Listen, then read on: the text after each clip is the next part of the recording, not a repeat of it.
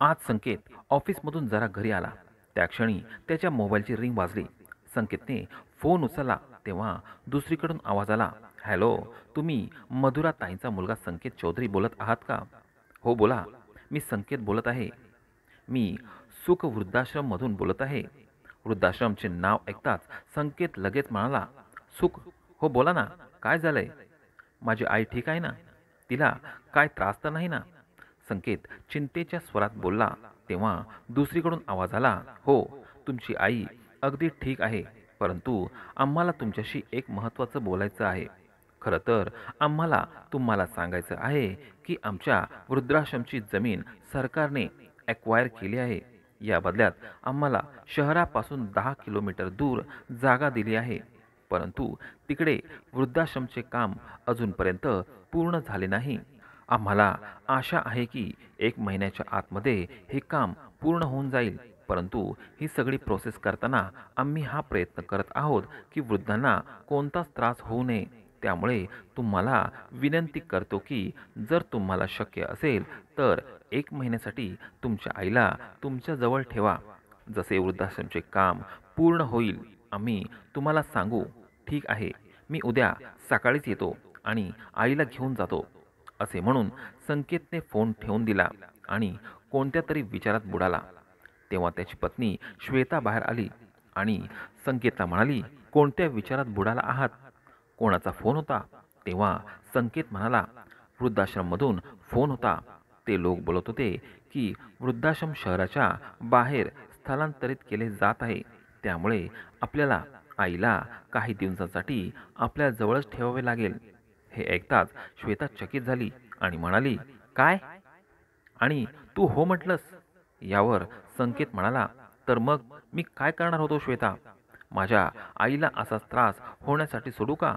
असे बोलताच श्वेता नाराज होत म्हणाली, घ्या आता बसल्या बसल्या अजून एक अडचण. तेव्हा संकेत म्हणाला, श्वेता, अशा वेळी जेव्हा सगळ्यात जास्त माझी तिला गरज होती तेव्हा फक्त तुझ्या हट्टासाठी मी तिला वृद्धाश्रममध्ये सोडले. फक्त तुझ्याचमुळे आज माझी आई माझ्यासोबत नाही आणि आता माझी आई काही दिवसांसाठीच इथे राहणार म्हटल्यावर तुला अडचण वाटू लागली आहे. तेव्हा श्वेता रागात म्हणाली, संकेत, आपल्या घरात फक्त 2च बेडरूम आहेत. मग मी त्यांना जागा कुठे देऊ? आणि त्यात आपला मुलगा बंटीच्या पोटात इन्फेक्शनमुळे मी आधीच ऑफिसमधून खूप सुट्ट्या घेतल्या आहेत. तरीही त्याची तब्येत जशी आहे तशीच आहे. माहिती नाही हा त्रास कधी दूर होईल.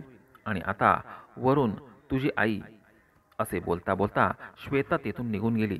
दुसऱ्या दिवशी संकेत लवकर उठला आणि तयार होऊन आपल्या गाडीत बसून आईला वृद्धाश्रममध्ये घ्यायला गेला. तिथल्या संचालिकाने आधीच त्यांना सांगितले होते की आज त्यांचा मुलगा त्यांना घ्यायला येणार आहे आणि आता त्या 1 महिना आपल्या मुलाच्या घरी राहणार आहेत. आज इतक्या दिवसानंतर आपल्या मुलाचा चेहरा पाहणार हा विचार करूनच मथुराताईंच्या चेहऱ्यावर स्मितहास्य आले होते. परंतु पुढच्या क्षणी उदाससुद्धा झाल्या, कारण त्यांचा मुलगा आपल्या मर्जीने त्यांना घ्यायला येत नव्हता.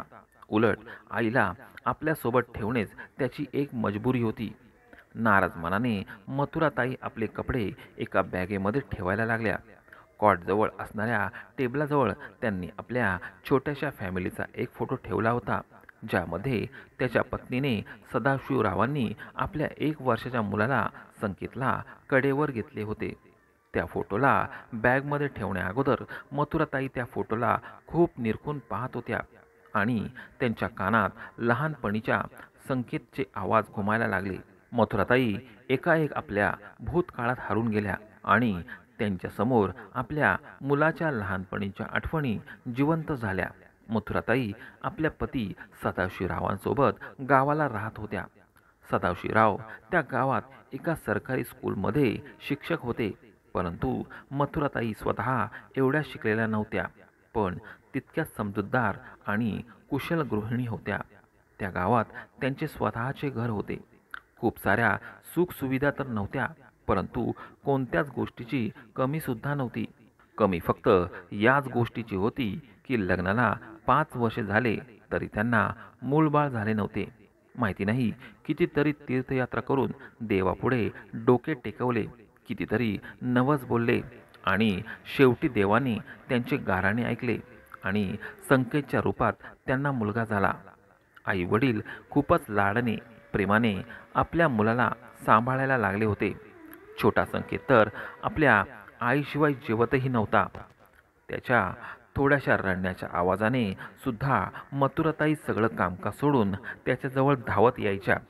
आपल्या मुलाला पाहून ते दोघेही खूप खुश होऊन जात होते आणि विचार करत होते की रिटायरमेंटनंतर संकेत त्यांची खूप सेवा करेल आणि ते दोघेही खूप आरामात जीवन जगेल.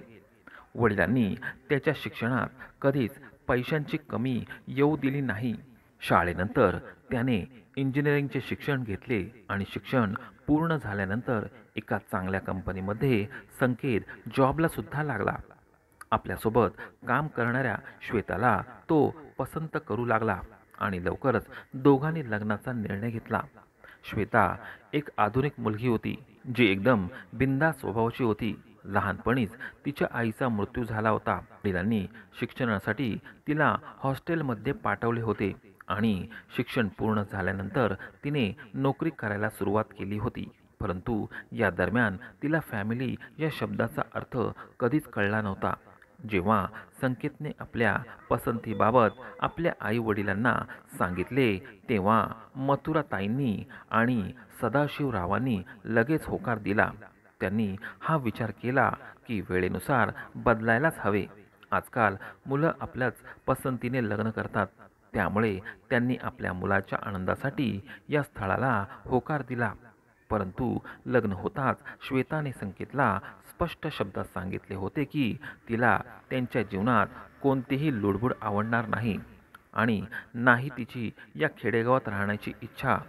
श्वेताचे असे बोलणे ऐकल्यानंतर संकेत हैराण झाला होता. त्याने आपल्या पत्नीला समजावण्याचा खूप प्रयत्न केला परंतु तिने काहीच ऐकले नाही. शेवटी शहरात राहण्यासाठी काही दिवसांनी त्या दोघांनी पुण्यात एका कंपनीमध्ये नोकरी जॉईन केली आणि आपल्या आई वडिलांना सोडून मोठ्या शहरात आपले नवीन जग तयार केले. गावाला मथुराताई आणि सदाशिवराव पश्चाताप करत राहिले. राहून राहून मथुराताई विचार करायच्या किती स्वप्न पाहिले होते त्यांनी की सुनबाई आल्यानंतर त्या तिचे लाड करतील, तिला मुलीचे प्रेम देतील. पण स्वप्न ती स्वप्नच राहिली. हळूहळू दिवस निघून गेले. त्यांचा मुलगा संकेत आता 2 मुलांचा बाप झाला होता आणि सदाशिवराव आपल्या नोकरीतून रिटायर झाले होते. मथुराताई आणि सदाशिवरावांनी खूप इच्छा व्हायची की आपला नातू आणि नातीला खूप प्रेम देऊ, त्यांचे लाड करू. पण कधी ते आपल्या मुलांना भेटायला शहरात यायचे तेव्हा 4-5 तासात परत जायचे. परंतु त्यांचा मुलगा किंवा सून त्यांना कधीच राहण्यासाठी बोलत नव्हते. परंतु तरीही दोघेही गावाला सोबत होते. त्यामुळे जीवनाची गाडी आरामात सुखात चालत होती.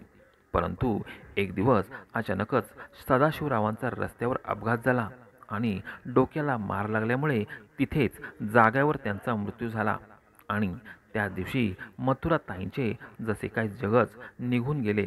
त्या तर एकदमच तुटून गेल्या होत्या. आपल्या वडिलांच्या मृत्यूची बातमी ऐकताच संकेत लगेच आपल्या पत्नीला आणि मुलांना घेऊन गावाला पोहोचला आणि सगळ्या विधी पार पाडल्या. त्यांची सूनबाई श्वेता 4 दिवस औपचारिकरित्या राहिली आणि आपल्या मुलांना घेऊन पुण्याला परत निघून गेली आणि संकेत पूर्ण 15 दिवस गावाला राहिला होता. सगळं काही ठीक करून आईला हे सांगून पुण्याला गेला की एक दिवस तुला माझ्यासोबत पुण्याला घेऊन जाईल. एक दिवस शेजारीन मथुराताईंची हालचाल विचारण्यासाठी आली तेव्हा गप्पा मारता मारता मथुराताईंनी त्यांना सांगितले की आता त्यांचा मुलगा त्यांना पुण्याला घेऊन जाणार आहे. तेव्हा ती शेजारीन म्हणाली, अगं मथुरा, तू सुद्धा काय बोलत आहेस? जर घेऊन जायचे असते तर आधीच घेऊन गेले असता. संकेतला जाऊन किती दिवस झाले आणि आजकालच्या सुनांना आपल्या सासू सासऱ्यांसोबत राहायला आवडत नाही. वर्तमानपत्र वाचते की नाही कधी?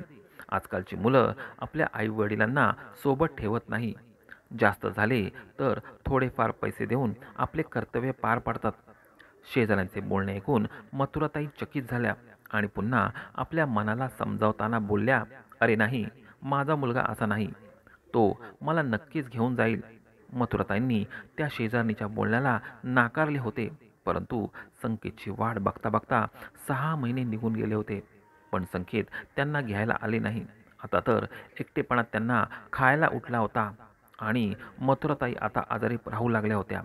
ही गोष्ट जेव्हा संकेतला माहीत पडली तेव्हा त्याला राहावले नाही, परंतु जसा तो गावाला जाऊन आईला शहरात आणण्यासाठी श्वेताला बोलला, तेव्हा श्वेता त्यांच्याशी भांडायला लागली आणि साफ साफ शब्दात सांगितले की या घरात तुझ्या आईला ठेव किंवा मला.